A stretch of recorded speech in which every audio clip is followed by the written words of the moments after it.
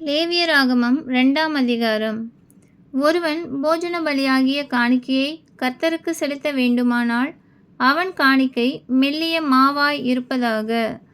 அவன் அதின்மேல் எண்ணெய் வார்த்து அதின்மேல் தூபவர்க்கம் போட்டு அதை ஆரோனின் குமாரராகிய ஆசாரியர்களிடத்தில் கொண்டு வருவானாக.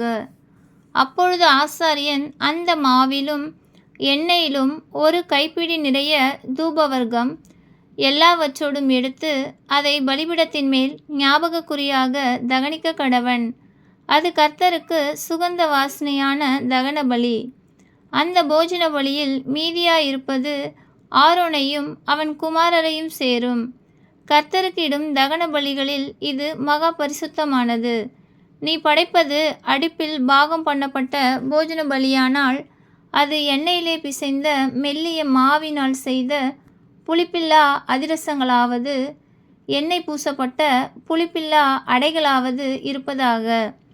நீ படைப்பது தட்டையான சட்டியில் பாகம் பண்ணப்பட்ட போஜன பலியானால் அது எண்ணெயிலே பிசைந்த புளிப்பில்லா மெல்லிய மாவினால் செய்யப்பட்டதாய் இருப்பதாக. அதை துண்டு துண்டாக பிட்டு அதின்மேல் எண்ணெய் வார்ப்பாயாக. இது ஒரு போஜன பலி. நீ படைப்பது பொரிக்கும் சட்டியில் பாகம் பண்ணப்பட்ட போஜன பலியானால் அது எண்ணெயிலே பிசைந்த மெல்லிய மாவினால் செய்யப்படுவதாக. இப்படி செய்யப்பட்ட போஜன பலியை கர்த்தருக்கு செலுத்துவாயாக. அது ஆசாரியனிடத்தில் கொண்டு வரப்படும்போது அவன் அதை பலிபீடத்தண்டையில் கொண்டு வந்து அந்த போஜன பலியில் இருந்து ஆசாரியன் ஞாபக குறியாக ஒரு பங்கை எடுத்து பலிபீடத்தின் மேல் தகனிக்க கடவன். இது கர்த்தருக்கு சுகந்த வாசனையான தகன பலி. இந்த போஜன பலியில் மீதியானது ஆரோனையும் அவன் குமாரரையும் சேரும். கர்த்தருக்கு இடும் தகனங்களில் இது மகா பரிசுத்தமானது.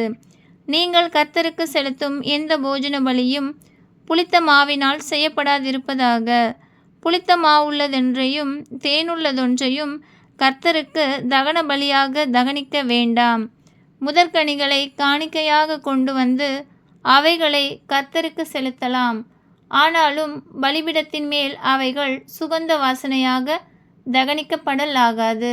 நீ படைக்கிற எந்த போஜன பலியும் உப்பினால் சாரமாக்கப்படுவதாக. உன் தேவனுடைய உடன்படிக்கையின் உப்பை உன் போஜன பலியிலே குறைய விடாமல் நீ படைப்பது எல்லாவற்றோடும் உப்பையும் படைப்பாயாக.